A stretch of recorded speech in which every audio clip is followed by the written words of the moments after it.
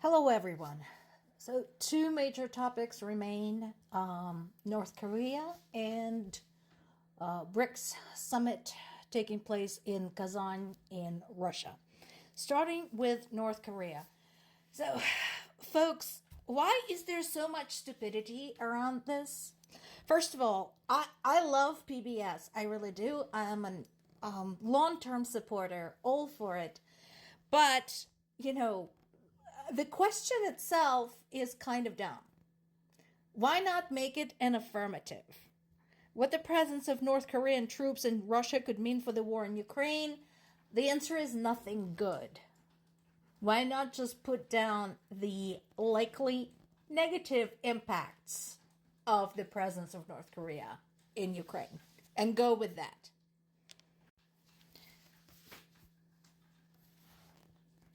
Seriously, though, we already know, the some of the obvious impacts there, and some of the long-term implications. And I think most people observing this, watching this, agree that South Korea has every reason to be concerned. So, remember, North Korea is in a long-term search for nuclear technology. North Korea is not our friend. We know this. And it sits next door to U.S. allies, Japan and South Korea. And on the other hand, Russia does have nuclear technology.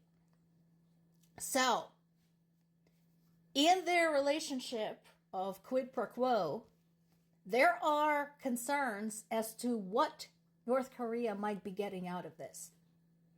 The obvious thing for Ukraine, of course, is that it didn't need more soldiers to fight.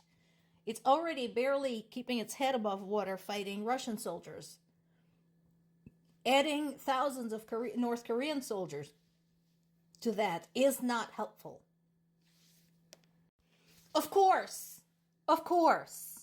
despite the satellite imagery and all the other evidence now provided by multiple sources, North Korea denies vehemently that it is involved. But of course, we know that this is all just fluff. This is crap. We already know. We have plenty of evidence, not only of North Korean troops being on the move in that direction, but also the fact that North Korea has been supplying Russia with missiles, which were later used against Ukraine. So there is no question there. What does surprise me is not the denial by North Korea, and also not the denial of Belarus, because Lukashenko did say, oh, it's nonsense. It couldn't be happening. And remember, Lukashenko is the leader of Belarus, who is very, very much a Russian ally. So he did say, this can't be true. But if it were true, that would indeed be a serious escalation. So, again, he's prepared to be surprised. But that is not what is even the biggest surprise. The biggest surprise to me was the statement from the U.S. administration saying, well, yeah, this would be serious, but we don't really know what North Koreans are going to be doing there. Really? Really? That's the best you can come up with. Guys, come on. For starters, we have a president who has been in politics neck deep for 50 years. You can't help but picking up bits and pieces of certain trends and alliances in international politics when you've been in this for that long. And I'm sure we have a very experienced military, we have very experienced cabinet, so come on, guys. Stop playing idiots. You are looking like complete morons. What the Koreans are going to be doing there? I wonder, are they going there to carry out some type of cultural exchange? Are they going there to teach Russian soldiers Korean cuisine? No! They're going there to fight. They're going there for the same reason we had soldiers from other countries going. Except these ones sounds like are going in it with their eyes wide open. Whereas, for example, Indian and South American soldiers were duped into this. So, come on. Let's at least approach this intelligently. And then there is this. So,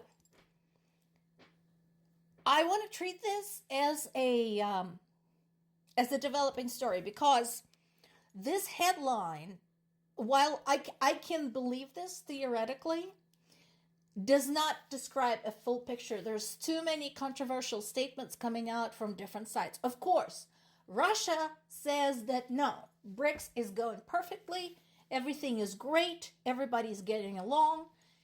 Some of this I am prepared to believe. For example, we know that Xi Jinping, who was already very cozy with Putin, was now getting very cozy with India's Modi. So, we know this. We know that China and India both are vying for the chance to be the mediators in the negotiations between Russia and Ukraine. And we also know that based on their behavior over the last couple of years, and based on some of the statements they've made, and based on what they have and haven't done, they are favoring Russia. So that kind of mediation is bound to be biased. On the other hand, Ukrainian sources insist that not all was well there. But again, that's why I want to treat this as a developing story, because I want to hear from more sources. So basically, here is what's happening. I think Putin was hoping for a more open-handed support from the BRICS members. Aside from the, obvious supporters whose, alliance he already has, such as China. So I think he was hoping for more people to basically say, dude, you do what you have to do, and we'll give you whatever you want.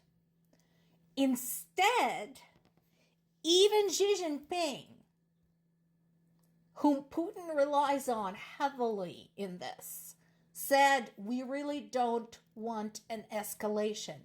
And other leaders present chimed in with him.